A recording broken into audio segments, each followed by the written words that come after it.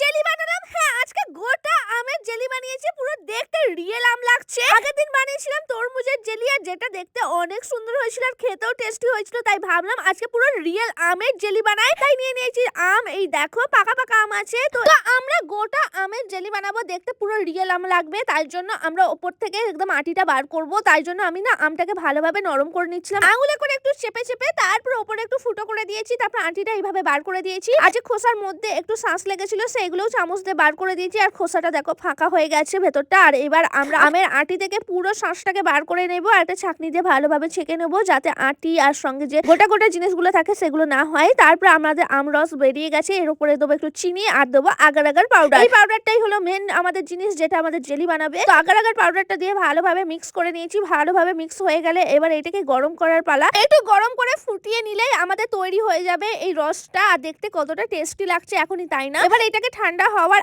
আগে এবার যে আমের খাপটা ছিল তার মধ্যে ভরে দেবো। কিন্তু একটু সাইডটা ফুটো মতন হয়ে গিয়েছিল, তাই জন্য আমি একটু স্যালো টেপ দিয়ে চিটকানোর চেষ্টা করছিলাম, কিন্তু টেপটা চিটকায়নি। তারপরে একটা বাটির মধ্যে রাখলাম যাতে উল্টে না যায়, আর একটা ছোট্ট বাটির সাইডে দিয়ে দিয়েছিলাম। তারপরে ওপর থেকে এইভাবে আম রসটা যেটা বানিয়েছি আমরা সেটা দিয়ে দিচ্ছি। আর এখন না প্রচন্ড গরম ছিল, তাই ভালোভাবে ঠিক করতে পারছিলাম না। তারপরে আমি ফ্রিজে রেখেছিলাম 4-5 ঘন্টা। তারপরে দেখো এখন পুরো জমে গেছে, পুরো আম হয়ে গেছে। আর এই দেখো দেখতে কতটা সুন্দর লাগছে। এবার এটাকে কেটে দেখার পালা। কিন্তু ছুরি করে যেই কাটতে গেলাম না, অনেক শক্ত ছিল, পুরো বরফ হয়ে গেছিল। তবুও অনেক ভালোভাবে চেষ্টা করে কেটে ফেলেছি। আর দেখতে কতটা সুন্দর লাগছে দেখো, মনে হচ্ছে রিয়েল আম আর পুরো আটি ছাড়া আম লাগছে। আর খেতে পুরো আমার আইসক্রিমের মতন লাগছিল। আর ঠান্ডা ছিল বলে বেশি আমি কামড়াতে পারছিলাম না। তারপরে আমি ভাবলাম যে অনেকটা কামড়াবো, কিন্তু এখনো ঠান্ডা ছিল, বেশি কামড়াতে পারিনি। তারপর আমি পুরোটা মুখে ঢুকিয়ে দিয়েছি। আর খেতে সত্যি অনেক অনেক অনেক টেস্টি হয়েছিল। তোমরা কোনোদিন এরকম আমের জেলি খেয়েছো নাকি কমেন্ট করে বলো। আর না খেয়ে থাকলে অবশ্যই এইভাবে একবার ট্রাই করতে পারো। যতদিন আম আছে এইভাবে একবার ট্রাই করে দেখো না, পুরো রিয়েল আমের আইসক্রিম লাগবে তোমাদেরও। আমার তো